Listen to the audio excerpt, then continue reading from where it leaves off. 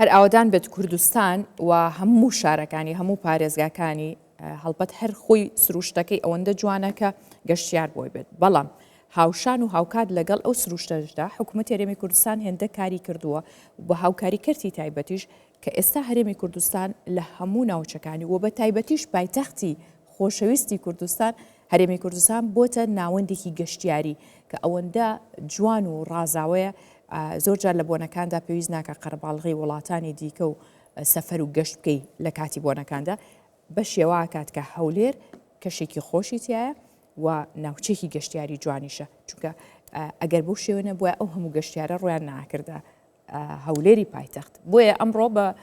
پێویستمان زانی و گرنگە کە باسی ئەم پێشکەوتنە بکەین چۆن بەدی هاتووە میوانداری سیروان تۆفیقمان کردووە بەڕای سیروان تۆفیق بەڕێوەبەری بە بازارکردنە لە دەستەی گەشت و گوزار کاک سیروان بەخێر هاتیۆم کاتت باش ساڵی نوێشت پیرۆز بێت زۆر سپاس ساڵی نوێی جەناب تاوی کارمەندانی کەیبیستوار و خەڵکی کوردستان پیرۆز بێ هیوای ساڵێکی کامەرانی و شادی و تەندروست باشیان بۆ دەخوازی زۆر سپاس ئێمە لە زۆربەی بۆنەکانە میوانداری بەڕێستانەکەین و هەڵبەت لە کاتەکانی دیکەشدا بەڵام وەی کە گرنگە لە بۆنەکانە ئەیبینین کە ئەم هەموو گەشتیارە ڕووەکاتە هەرێمی کوردستان بەچی خۆڵخاوە چۆن کراوە بێگومان دوای دەست بەکاربوونی کابینی نوێی حکوومەتی هەرێمی کوردستان بە دیدگایەک و چینیەوە پلان بۆ گەشت و گوزاردانرا دەستەی گەشت و گوزار پلانێکی استراتیژی 8 ساڵەی پێشکەش وەزارەتی شارەوانی گەشت و گوزار سەرۆکایەتی ئەنجومەنی وەزیران کرد بە خۆشحاڵی و سوپاسەوە جەنابی سەرۆک وەزیران ڕەزامەندی تەواویدا لەسەر کۆی پلانەکە کە چۆن گەشت و گوزار پەرە پێ بدرێت لە هەرێمی کوردستان و ببێتە یەک لە سێکتەرە گرنگەکانی ژێرخانی ئابووری لە هەرێمی کوردستان بۆیە بۆختان دەزان سەرەتای هەر پێشکەوتنێکی گەشت گوزار بوونی ئەمن و ئەمانێک و سەقامگیری ئاسایشەکەیە سوپاس بۆ خی گەورە سوپاس بۆ کارمەندانی ئاسایشی هێز ئەمنیەکانی ئێمە برایانی پێشمەرگە لە سنوورەکان کە توانیوانە ئەم ئەمن و ئارامیە بۆ ئێمە بپارێزن بەداخەوەی دوێنێ شۆبینیتان کە سوید لەو ناو جەرگەی ئەوروپایە لە شەوی سەری ساڵە کارە ساتێکی لە شوێنێکی گەشتیاری ڕوو بەڵام لای ئێمە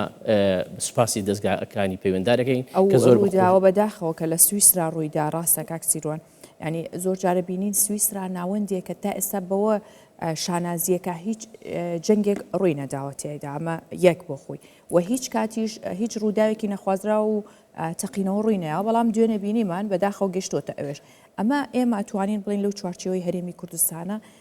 چی دڵخۆشیە کە خەڵک بە سەلامەتی و بەخۆشی ئاهەنگی گێڕاوە هیچ شتێکیش ڕووی زانانی ئەمە جێگای سوپاس و ستایشی خی گەورە و جە سوپاسی دەستگاکانی ئەمنیە ڕۆڵی دەستگاکانی ئەمنی ئێمەیە کە توانیوانە لەو ناوچە گەرمەی کە ناوچەیەک ململانە و کێشە لەسەرە لە ناوچەکە ئەم ناوچەیە بپارێزن بەهێمنی و ئاسایش خەڵکی بە شایەدی باگاهێدەری خەڵکی ئەوروپا لە ئەوروپاوە هاتوون لە وڵاتانی عەربی هاتوون لە ناوەندی خوارەوەی عێراقت کە چەند بە ئەمن و ئاسایش و بە ئازادیان لێرە شەوەکەیان بەڕێ کرد و ئەم ڕۆژ دەگەڕێنەوە بۆ وڵاتەکان و بۆ شارەکانی خۆ ئەمە جێگای سوپاسە یەکەم ئەمە هەنگاوەکانی پەرپێدانی گەشتە دوام بیرکردنەوە پلانەکەیە کە وای کردووە چۆن کردی گەشتیاری لە هەرێمی کوردستان هەنگاو بە هەنگاو چکە ناکرێت لێک ناکە ئێمە بین گەشت و گوزار بە شێوەیە پێش بنین کە بەرامبەر بۆ خەڵکی کە دێت زیاتر بێ بۆیە دەبێت هەنگاو بە هەنگاو لەگەڵ هاتنی ڕێژەی گەشتیار کە چەند زیادە بێ ئەوەندە شوێنی گەشتیاری نوێ شوێنی حانە و شوێنیمان ئەمە باشە لەکوێوە دەستان پێکرد مەبەستمە بزانم ژێرخانی گەشتیاری هەرێمی کوردستان ئێستا تەواو لەبارەیە یاخود ماوێتی یان گەشتۆتە چ قۆناغێک ئێمە دەستمان پێ کردووە تاو نەبووە ئێمە ئێستا بۆ ساڵی 2026 ساڵ لە کابینی دێمی حکوومەتی هەرێمی کوردستان کە بەدڵنیە و دەزانین دیدگای جەنابی سەرۆک وەزیران ئەوەیە زیاتر پەرە بەکەرتی گەشتیاری بدا بۆیە پلانێکی توکمە و استراتیژی دانراوە لە پەرەپێدانی شوێنە گەشتیارەکان ئەوانەی کە هەمانە پەریان پێ بدەین لە ڕووی خزمەتگوزاریە و لە ڕووی کوالیتیەوە کە گەشتیار جارێک هات ئەم جارە هاتەوە بە شێوازی چکە ببینی هەم خزمەتگوزاریەکەی هەم شێواز دوو دروستکردنی هێنانەکەی شوێنی گەشتیاری نمونەی نوێ بە هاوکاری دەستەی و بەرهێنان ئێستا 64 جێ لە هەموو هەرێمی کوردستان لە زاخۆ تاکو گەرمیان ئامادەیە بۆ بەرهێنەر کە لە ساڵی ئایندە دەزێتە بواری جێبەجێکردنەوە ئامادەکرا بۆ بەرهێنەری بەرهێنانی گەشتیاری کە لە ئایندە دەدرێتەوە بەرهێنەر بۆی بتوانن بە شێوازی 2025 چی کرا لەو ماوەدا بۆی کە لە ڕووی گەشتیاری و هەرێمی کوردستان بەو ئاستەبێت کە ئێستا گەشتیارێکی زۆر ڕووی تێکرد دەزانی کۆمەڵە شوێنی گەشتیاری نوێ دروستکرا پەرەپێدانێکی باشکات لە ڕووی توانە مرۆڤەکانەوە توانە مرۆیی کارمەندانی کەرتی گەشتیاری چ لە کەرتی گشتی چ لە کەرت تایبەتەکە بەرزکرا بە بازارکردنیەکی چڕمان کرد چ لە دەروی وڵات چ لە ناوخۆلە چ لە ڕێگای ئەلکترۆن بۆ بکەین سەرنجی گەشتیاری بیانی و کۆمپانیەکانی گەشتیاری ڕابکێشین بێت بۆ هەرێمی کوردستان ئەژەخان ئەوەی جێی دڵخۆش ئێمە پێشتر ساڵانە 5 گەشتیاری بیانی ڕووی لە هەرێمی کوردستانە کرد لە کوێی گەشتیارەکەدا بەڵام ئێستا ئێمە 125 بۆ سیمان تێ بەڕاندوکە گەشتیار لە وڵاتانی عەربی و لە کەندا و لە وڵاتانی دەوروبەر و لە ئەوروپا لە ڕۆژهەڵاتی ئاسیا و دێر بۆ کوردستان ئەمە ئاماژەیەکی باشە کەواتە توانیمانە ببینە جێی تموحی ئەو گەشتیارانەی کە لە دەرەوە ڕازیکردنی گەشتیارێک لە وڵاتێکی ئەوروپا لە وڵاتێکی عەربی زۆر زەحمەتە نەهاتوتە لای تو تا ڕازیکەی دەبێت لەوێ ڕازیکەی بکەبیێنیت بۆ هەرێمی کوردستان ئجا ئێمە بۆیە توانیمانە لەسەرمە بازارکردنێکی باشکەین لە ڕووی مێژووی و لە ڕووی شوێنەوار و کەلتوریەکانی ئێمە هەمانە لە ڕووی ژینگە و میێوان دۆستی و شوێنە گەشتیارەکان خی گەورەش چوار وەرزی گەشتیاری پێداوین جگە لە ئەمن و ئەسایشەکەی بۆیە پلانێکی توکمە هەیە بۆی بتوانین ساڵی 26 ڕێژەی گەشتیاری هەم بەرزکەین و بەرهێنانی گەشتیاری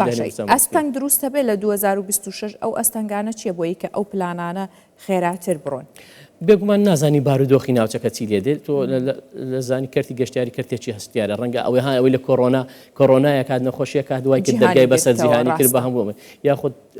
داخستنی فڕۆکەخانەکانی وڵاتانی دەوروبەر کاریگەری بێگومان لەسەر ئێمە بۆیە ئەمە پلانی ئەی و بی و سیشەیە لە حاڵەتێک کە پلان ئەیەکە ئیشەڵا هەر جێبەجێ بێت نەبوو زیاتر بایەخ بە گەشتیاری ناوخۆ و ناوەند و خواروی عراق بدوین بۆی بتوانین ئەم ڕێژە گەشتیارە بکەین چونکە ئێمە پلانێکەیە لە دەستەی گەشت و گوزار کە تا ساڵی 2020 ژمارە سیمە بەستم ببوورن ژمارە گەشتیارە مگاتە 20 میلیۆن گەشتیاری بیانی و ناوخۆ ناوەندی عراق کە سەردانی هەرێمی کوردستان بۆیە ئەمە پلانێکی توکمەی دەیە کارکردنێکی باش لەسەرەتاوە مانگە شەو سەر لێوارە دیارە مانگە شەو سەر لە ئێوارە لە مێژە دیارە هەر مانگ لە عەسرەوە لە دەرکەوتووە چاوەڕیان نیە لەگەڵ بانگی مەغریب بەبزای مانگ دەرەکەیان دەرناکە وەکو جەژن کەواتە هەر لە سەرەتای پلانەکەەوە چاوەڕێواکەین تا 2030 ئەو ڕێژە گەشتیارە بێتە ئێرە ئەمە دڵنیای زیاتری شەبێ بەڵام ئیدی ئەوە پلانێک و ئامانجەکە و دانراوە کاری بۆ دەکەین بۆ هیوین باشە مانەوەی گەشتیار زۆر گرنگترە لە هاتنی گەشتیارەکە بۆ ئەوە چی کراوە چونکە هێشتا چەند پارێزگایەکەیە بەڕاستی بڵین کاکسلۆن بە تایبەت پارێزگای هەڵەبجەکە پارێزگایەک بۆ ئەم ساڵ بە نووسراکە پارێزگای ئەگەرنا هەڵەبجە دەمێکە وەکو پارێزگایەک خۆی ئەنواند و کاریە کرد و جێ بایەخ بوو بەڵام لە ئێستا ئیبینین کە ژمارە هۆتێلی زۆر کەمە مۆتێلی کەمە چێشخانەکانی چونکە ساڵانە فستیڤالێکی زۆر لەوەیەکرێ و وەکوتیشە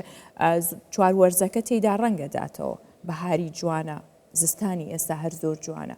چی ئەکەن لە ساڵی 2026 هیچ پلانێکتان هەیە بۆ پارێزگایانێک کە کەمترین یاخود ناوچەکان ئیدارەکان کە کەمترین هۆتێلیتیایە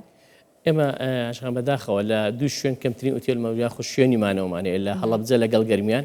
بەداخەوە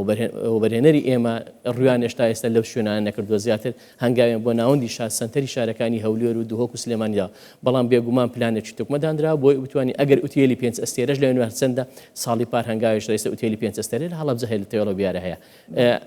بەرامبەر بەوە مەسەلەن شوێنی مانەوە خانی بچووک و ئێستا لە تێوەڵە بیارە دەستی پێکردوشتی مۆدیێرن دروستکراوە مۆتیل دروستکرێت چکە ئەمانە دەبێ وایم کە هەموو کات کاریان نەبێت چکە کاریان نەبێت زەرمەندە بن بۆیە داوامە لە بەرهێنەرەکانی خۆمان کردەوە بەرهێنەری بیانی کردو بێن ئیدی هەنگاوەکان لەمەدووە لە قەزا و ناحەکان لە شوێنە دووردەستەکان ئەوەدان بکرێتەوە لە ڕووی گەشتیارەوە بایەخ دەستەی گەشت و گوزار وەزارەتی شارانشتە بایەخ بە شوێنە دووردەستەکانەدا ئەوەی کە لە دەوەی پارێزگاکانە بۆی بتوانین لە ئایندا پەرەپێدانی گەشتیاری بۆ بکەین شوێنی مانەوە دروستکەین بەڕاستی یەک لە کەم کوڕەکان کە هەبووە لە ماوەی ڕابردوو ئەو بکە گەشتیار سەردانی هەڵەبجێ کردووە ڕەنگە حەزی لێ بێتەوە بەڵام شوێنێکی گونجاو و پێویست نەماوە بەڵام ئێستا هەنگاو دوای ئەوەی بۆ بەڕێوەبەرایەتی گشتی و بۆ پارێزگا بێگومان بودجەی تایبەتی خۆی بێت و پەرەپێدانی زیاترەکرێت لەو ناوچانە باشە تا چەند لەگەڵ کەرتی تایبەت هەماهەنگن بۆ بەدیهێنانی و ئامانجی کە لە هەر چوار وەرزەکەدا وەکو یەک گەشتیاری زۆر هەبێت نەک تەنها لە بۆنەکاندا دەزانی ئەمە پێشتر گەشتیارکەی ڕووی لە هەرێمی کوردستان دەکرد لە 15 تایەکیدا یعنی ئەو کاتی کە پشووی قوتابخانەکان بوو بۆ چکە بەس گەشتیار لە ناوەندی خواروی عراقەوە نەخێر ئێستا ئەگەر تەماشاکەی سەری ساڵە جێنەوە یعنی دوێنێ برادرانی سۆران راپۆرتان هەیە بۆ خۆ جێنەوە ژوورێک نەبووە کە خەڵک لێ ببینێتەوە بۆیە ئێمە هەنگاومان ناوان تەنیا بەس گەشتیاری هاوینە نەبی یاخود گەشتیاری زستانە بە خلیسکانی سەر بە فستیڤالی زستانە بێ چەندین فستیڤالی جیاواسەیە لە هەنار لە هەنجیر لە بەرهەمە خۆماڵەکان ئیدی چەندین یاری سەرچێشی ریسکانی سەر بەفر و ئەوانی کە پێوترێت ئێستا ڕێگای زاگرۆس کە دروستکراوە یەک لە شوێنە گەشتیارە گرینکانی ئێمەیە کە بە 15 ڕۆژە خانە کە گەشتیارکە بەس بە پیان کەتیا بڕۆ کە لە ئاکری دەست پێ دەکە لە چێ باڵەکاتی سی دەکاتەوە بۆیە کۆمەڵە هەنگاوی باشدراوە پلان باشدراوە ئێمەش دەبێت هەنگاو بە هەنگاو بڕۆنی پێشەوە چکە ناکرێت هەنگاوەکانمان زۆر گەورە بن لە دوێ خۆمانەوە بۆ شایی بەجێبێن بۆیە بە پلانێکی دراسەکرا و بە پلانێکی توکمە هەنگاوانەی بۆی لە 26 و 27 و ئەمانە ئینشاءڵڵا ئەگەر بارودۆخەرەوە هەگونجاو بێ و کوردستان بەرەو پێش بچێ باشە هەر یەک لەو پرۆژانەی کە ئەکرێ هەلی کارە ڕخسێنێت لە ڕێگەی گەشت و گوزارەوە کەرتی گەشت و گوزارەوە تا چەند هەلی کار بۆ ناوخۆ ڕەخساندنی زیاتر بووە. دەزانی ئێستا ڕێژەی گەشتیاری هەری دەستکار لە هەر شوێنێکی گەشتی یاخود بنکەیەکی گەشتیاری دەبێت 175 دەستی خۆماڵی بێت کەواتە ئەمانە چێنە دەرچووی شوێنە گەشتیاریەکانن دەرچووی زانکۆکانن دەرچووی ناوەندی و قوتابخانەکانی گەشتیارینە لەگەڵ خەڵکە شێ بێ بڕوانامەکە کارەکەن لەوێ بۆیە لەگەڵ ئێمە بایەخمان هەستن کارمان لەسەر یەکەم زمانی کوردی کرد لە شوێنانە گرنگجیدان بایەخدان بە زمانی کرد دووەم هەلی کاری خۆماڵی ئێستا هەر شوێنێکی گەشتیاری کە بێت مۆڵەت دەربێن یاخود ئەوانەی مۆڵەت نیوە دەکەنەوەی کارەکەن دەبێت ڕێژەی دەستی کاری خۆماڵی 75 لەسەر لەگەڵ مەوزوعی بابەتی هەماهەنگی ئەمە لەگە کەرتی تایبەت ئێمە ئێستا ئەم بۆ ئەم ساڵ چەندین کۆبنەوەی گرنگمان کردو لەگە کۆمپانیەکانی کەرتی گەشتیاری لەگەڵ کۆمەڵەکانی میوانە خانە و چێشخانەکان کۆمەڵەکانی گەشتیاری هەر بۆ زانیاری بەڕێستان لە ڕێ ئێوەش ڕاگەینی بۆ 20 مانگ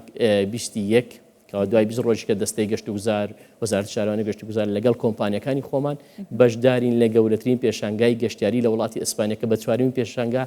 هەژمارێک لەسەر ئاستی جیهان زیاتر لە 12 هۆڵی گەورە زیاتر 157 وڵاتی بەشدار دەستەی گەشت و گوزاریش بە شوێنێکی شیا و بەناوی کوردستانەوە لێوە بەشدارە بۆی بتوانین بازارکردن و ناساندن بۆ کەرتی گەشتیاری بکەین و بەدەستی پڕیشەوە بێنەوە بەدەستی پڕیشەوە دێنەوە لەبەر ئەوەی کۆبوونەوەیەکی گرنگ کۆڕبندێکی گرنگ لە دوای پێشنگاکە هەیە لەگە وەزارەتی گەشت و گوزاری ئیسپانی بە ئامادەبوونی نوێنەرانی گەشت و گوزار و حکوومەت و وەزارەتی شارەوانی و وەزیری گەشت و گوزاری ئیسپانیا بۆی بتوانانی یاداشتێک لێکتێگەشتن واژوو بکرێت بۆ بتوانین گەشتیار لە وڵاتی ئیسپانیەوە بێنین بۆ هەرێمی کوردستان ڕاستە ئەوەی گرنگی هەوڵ بدرێکەوە بەرهێنی بیانیش بهێنرێتە ئێرە چونکە ئەمە زۆر گرنگترە بەلەوەی کە گەشتیارەکە بێت کاکسیروان بە هیوام کە سەرکەوتوو بنوە ئەوەی ئەمە بڵێنەوە دووبارە جارێکی دیکە خەڵک باسیێوەکە کاچێتە شوێنێکی گەشتیاریاڵێ ئێماڵی میوانین زۆر جار گەشتیار یاخود خەڵکی خۆمانەڵێ ئەوەندە عەرەبی لێبوو ئەوەندە غەیرە کوردی لێبوو کە نازانین ئێمە هەست بە غەریبیەکەین ئەمە باشە یاخود خراپە یان چۆن بتوانین بەلایەنێکی باشە بیبینین لە چه حاڵەتێک هاتوانرێ خەڵک پێی خۆش بێ کە گەشتیار هاتوۆتێرە نەک بە پێچوانەکەەوە هەست کات کە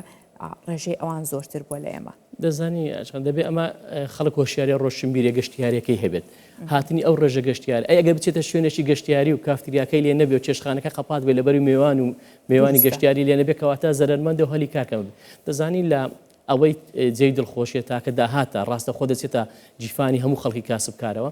گەشتیارێک هەر کە داخلی هەرێمی کوردستان بوو لە مۆڵێک لە نانەوە خانەیەک لێ چێشخانەیەک لە هەرجی لە تاکسیەک لە شوێنێکی گەشتیارێک لە مناڵەکانی کە جلوبەرگێک ڕشتێکە کڕن ڕاستەوە خۆ ئەچێتە جیفانی خەڵکی کاسبکارەوە خۆ حکوومەت ئێمە وەکو حکوومەتی هەرێمی کوردستان ئەوەی سود لە کۆمپانیا گەشتیاریەکان و شوێنە گەشتیاریەکان تەنیا ئەو مەوزوعی باج و ڕسوماتە ئەو باجەکەش بۆ کۆمپانیا گەورەکان دانراوە ینی تا ئێستا هاوڵاتی